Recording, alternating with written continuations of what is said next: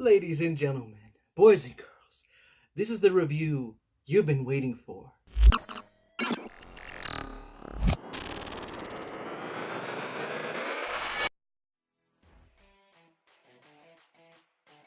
Joker. So Joker is a deep dive character study as well as an attempt at giving the Joker an origin story. I'm just going to tell you right now, I'm not going to give you any major details of the film itself, but I will tell you what I can from what you've seen in the trailers itself. So the movie follows the story of a man named Arthur Fleck, who is an aspiring comedian who lives with his mom and who's also working a job to provide. As the movie progresses, we understand that he goes through a series of major unfortunate events that leads to ultimately him becoming the Joker. First off, I just want to let you know that this was an incredible watch. This is hands down one of my all-time favorite DC Comics movies. I love how this movie continuously keeps you guessing and really unsure on what's going to happen next. Some things do seem a little predictable, but for the most part, this movie has me intrigued through the entire time. And one thing that has just been driving me bananas through the entire movie is the ending and all the theories that I've been hearing about the movie.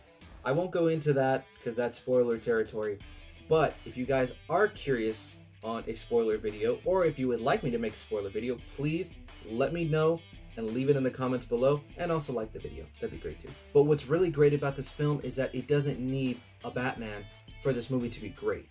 A lot of people are going to be asking, was Heath Ledger better or was Joaquin Phoenix better? Honestly, they're in two different ballparks. Heath Ledger, his particular Joker was an agent of chaos. This movie does something a little bit different to the character that I don't think anyone's really done before. What's so different about Joaquin Phoenix's Joker is that it's a deep dive and a very grounded film, dark and gritty to add to that. So just letting you know that right now. If you ask me who is better and who is not, or who do I prefer more, it's kind of hard to say. They're two very different interpretations of the Joker. One thing about Joaquin Phoenix's Joker that really intrigues me is that we get into the mindset of how Arthur Fleck really thinks about everything. I absolutely love how they captured his personality, and it was a very different personality at that. We get to see how he reacts to certain stuff, how he feels about certain stuff, and ultimately his choice making.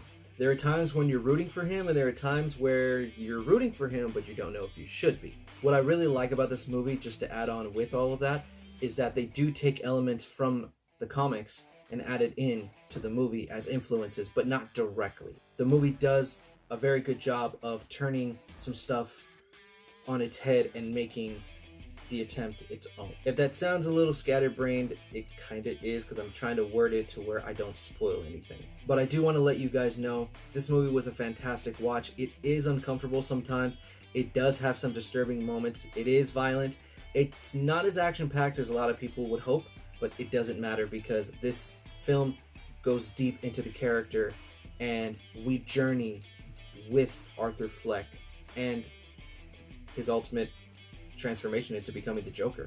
One thing I do want to touch on that I don't usually do very often is I want to actually give some appreciation to the score. The composer of the film, I'm losing her name right now, I'm so sorry, but this score is so good. I actually had a chance to listen to it before the movie came out, and I just had it on loop the entire time, and I appreciated just the tone and the feel of it. It was like I felt exactly what was going on in whatever moment it was, and I hadn't even seen the movie yet. So if you have a second, go look in the description and I'll actually leave a link to someone's playlist of the score. I highly recommend you listening through at least the whole thing once.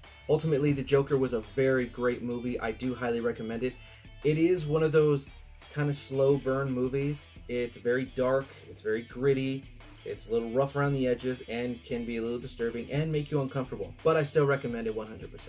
So, Joker, have you seen it? Have you not seen it? Who's your favorite live-action Joker? Do you prefer Heath Ledger? Do you prefer Jared Leto? Do you prefer Jack Nicholson? Or do you like Joaquin Phoenix the most? Whatever you think, comment down below and let me know. Thanks so much, everybody, for watching. Be sure to like, share, subscribe, and hit the notification bell, as follow on the various social media sites right there.